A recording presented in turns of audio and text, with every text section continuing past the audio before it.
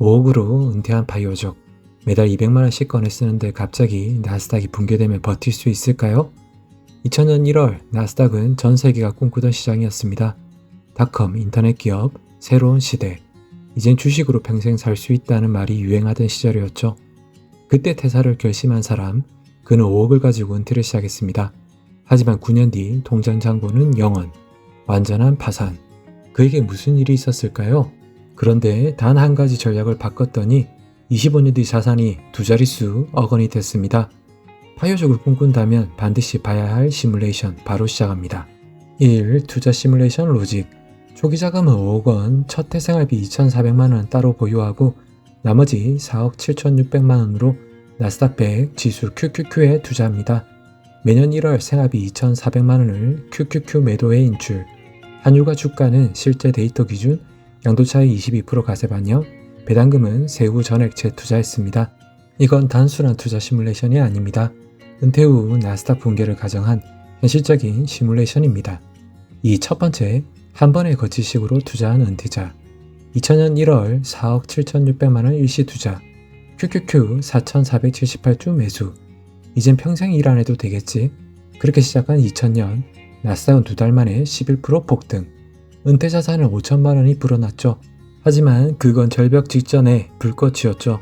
2000년 말 마이너스 33% 하락, 2001년 말 마이너스 59%, 닷컴 붕괴의 시작으로 3년 만에 나스닥은 마이너스 70% 폭락. 연 2,400만원씩 꺼내 써야 하는 파이오족은 2004년엔 자산이 1억 밑으로 떨어졌고 2009년 1월 2일 누적 인출 금액 2억 1,600만원에서 파산. 퇴사 후 9년 만에 완전히 파산이었습니다. 그때의 심정은 이랬겠죠. 난 잘못한 게 없는데 왜 이렇게 된 걸까? 3. 두 번째, 두 번으로 나눠 투자한 은퇴자. 2000년 1월 및 2001년 1월에 각각 2억 3,800만원 투자. 금액은 동일. 너무 고점 같으니까 절반은 나중에 넣자. 그의 신중한 결정은 잠시 안도감을 줬습니다. 첫 해에는 덜 떨어졌죠. 하지만 2002년 2억 5천만원, 2003년 1억 2천만원. 시장은 더 깊은 수렁으로 빠졌습니다. 조금은 버텼지만 인출은 계속됐고 결국 2011년 1월 누적 인출 금액 2억 6,400만원에서 파산.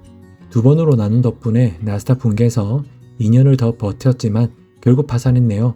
4. 세 번째, 세 번으로 분산한 은퇴자. 나스닥이 고점이라 두려운 은퇴자. 2000년, 2001년, 2002년 각각 1억 5,866만원씩 분할 투자. 금액은 4억 7,600만원 동일. 세 번에 걸쳐 조금씩 나눠 들어간 파이오족이라면 2004년 2억 원을 회복하며 반등을 꿈꿨을지도 모릅니다. 그런데 찾아온 금융위기 2008년 말 잔고는 1억 원 수준. 그는 2015년까지 15년을 버텼습니다. 누적 인출 금액 3억 6천만 원에서 파산. 나스닥 고점이 두려워 같은 금액을 세 번에 나눠 샀을 뿐인데 15년을 버텼네요. 하지만 이번에도 남은 건 조금 더 길게 버텼다는 위로뿐이었습니다. 5. 네 번째, 네 번 분산으로 투자한 은퇴자. 나스닥이 고점 두려운 나머지 4번으로 분산 투자하기로 결심한 파이오족. 과연 그의 선택은 어땠을까요? 2000, 2001, 2002, 2003년 각각 1억 1,900만원씩 투자. 투자 금액은 동일. 마지막 은퇴자는 철저했습니다. 버블의 절정이라 한 번에 다 넣지 않는다는 원칙을 지켰죠. 2000년 폭락, 2001년 또 하락, 2002년 절망, 2003년 반등. 이 4년의 과정을 지나며 그의 평균 매수가는 폭락 중간에 형성되었습니다. 그리고 그때부터는 시간이 모든 걸 바꿨습니다. 나스닥은 2010년 이후 AI 반도체, 클라우드 전기차 랠리를 타고 꾸준히 상승했죠. 그는 매년 2,400만원씩 인출하면서도 자산은 점점 불어나기 시작했습니다.